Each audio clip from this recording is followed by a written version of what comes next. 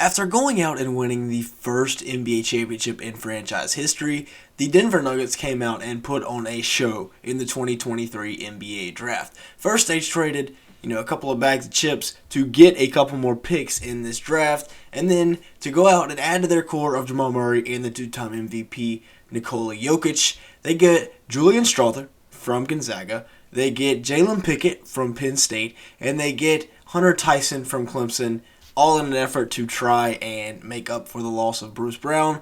But those three guys right there, those are three elite picks. We're going to be talking about all of them in today's video, as well as the future of this Nuggets team. So make sure to like button and leave me a comment down below. Also, like 97% of my audience is not subscribed to the channel, so if you would, just go down, hit that subscribe button. We're talking about NBA content all off season long and even going into next season, so this is the place you want to be if you're an NBA fan. Now, with that being said, let's go ahead and get started. Elite value draft. First off, we'll talk about Julian Strawther, their first round pick. 6'7", 205, so you get ideal height, weight, speed right there. They need wings to replace Bruce Brown because unless he decides he's going to come back on basically a minimum contract, then Julian Strawther and company are going to have to try and replace him, and that's going to be tough to do because he was a huge X factor down the stretch. But Strawther will be a good 3-and-D guy at the next level. He put up good numbers this year, 15 points a game and 6 rebounds at one of the top programs in the country in Gonzaga. Also shot at 46% from the field and 41% from 3 this year. So Strawther's a guy that I feel very confident is NBA ready and can step in and play good minutes for them next year. Same with Hunter Tyson, another 3-and-D guy, although maybe not the best perimeter defender. He can provide you with a nice bruising presence inside at 6'8", 215 with a big-time frame on the young man. 15.3 points per game and 9.6 rebounds last year at Clemson, so basically a double-double every night. I will say he tore up my NC State Wolfpack every single time we played him, and he's a guy that shot at 41% from 3 to go along with 48% from the field. Those are good numbers from Hunter Tyson there. He's a guy that I feel like is going to be able to step in and immediately make an impact, especially on the offensive side of the ball, just because of his three-point shooting. Now, the defense is a bit questionable, but like I said, maybe more of an interior defender than a perimeter defender. And then Jalen Pickett, the best shooter that they got of the three. He's a guy that at Penn State put up some numbers. He's 6'4", about 200 pounds, so ideal. Well, not ideal, but good height, good weight for a guard. Put up 17.7 points, 7.4 rebounds, and 6.7 assists this year at Penn State. Triple-double threat.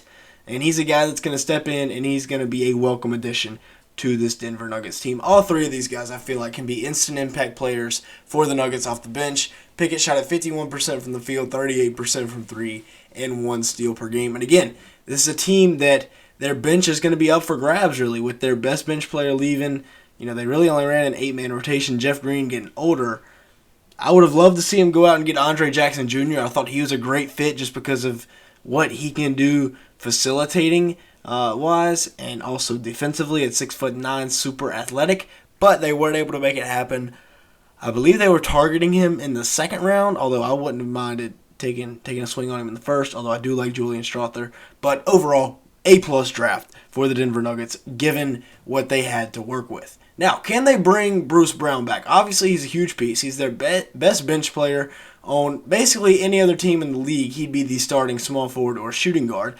But Nuggets won the championship. He comes off the bench. He plays his role. He does his thing. He averaged 12.4 points and 4.1 rebounds this year, as well as 3.7 assists per game. So he's a guy that I think, you do whatever you can to bring him back. Ultimately, I believe he's going to walk out the door 48% from the field, 36% from 3, 1.5 steals. And it's going to be unfortunate, but you just don't have enough money to bring him back. Now, Brown leaving, that opens up the biggest question for this Nuggets team. Definitely their biggest weakness is their depth.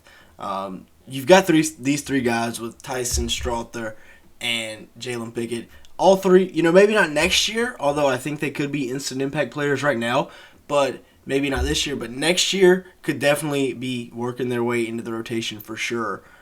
Maybe this year would kind of be a bonus, But, all of them are older guys, so guys that could work into the rotation. Also, you have these 4 guys you have to think about. Christian Braun is obviously, he might be the 6th man next year with Bruce Brown on the way out. Thomas Bryant, his per 36 numbers were really, really good. Same thing with Peyton Watson, former 5-star type guy at UCLA. Just kind of got shuffled out of the rotation, and the Nuggets took a swing on him late in the draft. And then also Vladko Konchar, I believe is how you pronounce it. He's another guy you can throw in there at the back end of your rotation, and he could be a nice piece. Now, do they make a big move with the picks that they have? Disregard that 2023 second-round pick, but they have their 2024 first, their 2025 second, 2026 first and second, and then their 2028 first and their 2029 first and second, as well as now you can also bring in those 2030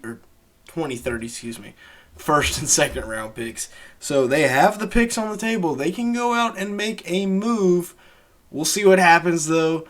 If they want to try and bring in another big time piece to their bench. But honestly, they've got guys locked up. Maybe you move like a Zeke Naji, or you bring him back and you put him in the rotation. He's going to be 23 next year. Christian Braun, like I said, he's still going to be there. But other than that, everyone else is locked up.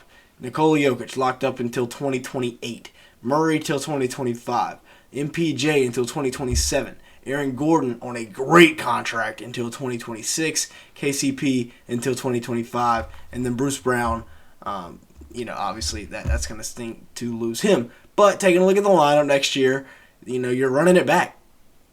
This is the same starting 5 that just won you NBA championship. Don't count out the Joker for his 3rd MVP next year. He was robbed this year, in my opinion, and I think next year he's going to go out and get that. Jamal Murray is going to be Jamal Murray. He's going to be that dude. Maybe not in the regular season, but once the playoffs come around, he's going to flip that switch, and he's going to be a different type of guy. And then you got Michael Porter Jr. there at the 3, 6'11". He can stroke that thing, and he's not going to be passing it at all.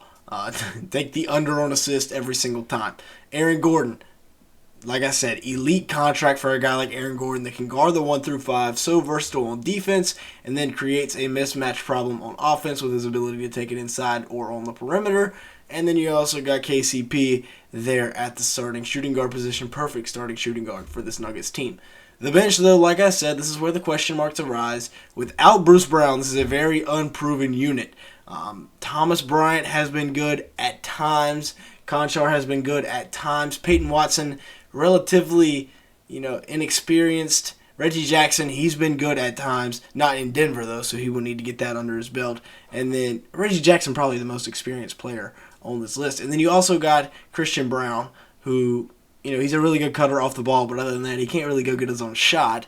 So we'll see what happens. The bench is a major weakness, but I see some guys stepping up. Somebody's going to have to step up, and I think one of those, or at least 2 or 3 of those 5 guys will be able to. And then I feel like at least one of these rookies is going to play a huge impact in year 1. Maybe all 3 of them, because like I said, these are guys that can step in day 1 and make an impact. I think their major impact will come on down the line next year and the year after, but I think if they are needed, they can step in and make an immediate impact. A repeat, I think it's very much in the cards for this Denver Nuggets team. They are my favorite to win another NBA championship next year. I'd like for them to add one more piece, but really, you look at it, no team even challenged them this year. I mean, the Suns won 2 games against them. That was, Timberwolves won 1, the Lakers won 0, and the Heat won 1.